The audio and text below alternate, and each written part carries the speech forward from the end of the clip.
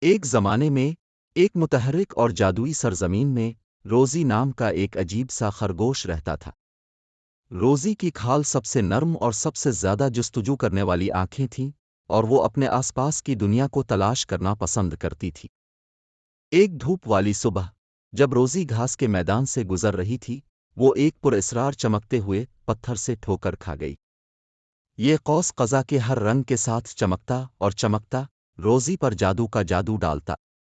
وہ اسے اٹھانے میں مزاحمت نہیں کر سکتی تھی۔ جیسے ہی روزی نے پتھر کو اپنے پنجوں میں پکڑا، ایک جادوئی پورٹل اس کے سامنے نمودار ہوا۔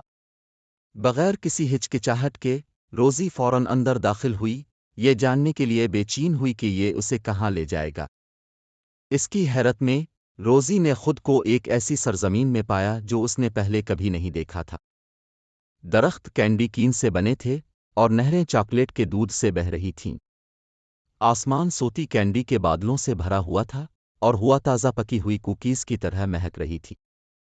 اس نئے ونڈرلینڈ کو دریافت کرنے کے لیے پرجوش روزی نے کینڈی کین کے راستے پر چھلانگ لگائی۔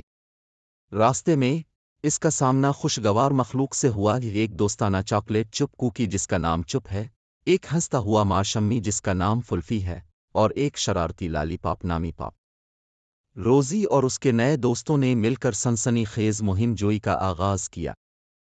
انہوں نے چاکلیٹ کے دودھ کی ندیوں کو لیکوریس راکٹس پر سفر کیا، چپچپا ریچھوں کے پہاڑوں پر چڑھے، اور یہاں تک کہ قوس قزح کے رنگ کے آئس کریم اسکوپس پر دوڑ لگائی۔ لیکن جب انہوں نے زمین کی گہرائی میں سفر کیا تو انہوں نے دریافت کیا کہ یہ اتنا کامل نہیں تھا جتنا لگتا تھا۔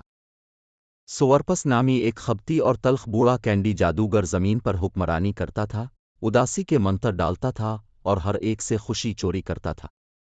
زمین پر خوشیاں واپس لانے کے لیے پرعزم روزی اور اس کے دوستوں نے ایک منصوبہ بنایا۔ وہ سورپس کے برفیلی دل کو پگھلانے کے لیے دوستی اور مہربانی کی طاقت کا استعمال کریں گے۔ اپنی اٹل امید کے ساتھ وہ جہاں بھی گئے مسکراہٹیں، ہنسی اور محبت پھیلاتے ہیں۔ ان کی مہربانی اور خوشی کے کام جادو کی طرح کام کرتے تھے۔ آہستہ آہستہ سورپس کا دل پگھلنے لگا اور اس کی آنکھوں میں چمک لوٹ آئی۔ شکر گزاری سے مغلوب ہو کر اس نے اپنے برے طریقے ترک کر دیے اور ایک خوش مزاج، مہربان وزرڈ میں تبدیل ہو گیا۔ اس دن کے بعد سے زمین ہمیشہ کی خوشی سے بھر گئی تھی۔ روزی اور اس کے دوست خوشی اور ہنسی پھیلاتے رہے، ہر ایک کو رحمدلی کی طاقت اور دوستی کی خوبصورتی سکھاتے رہے۔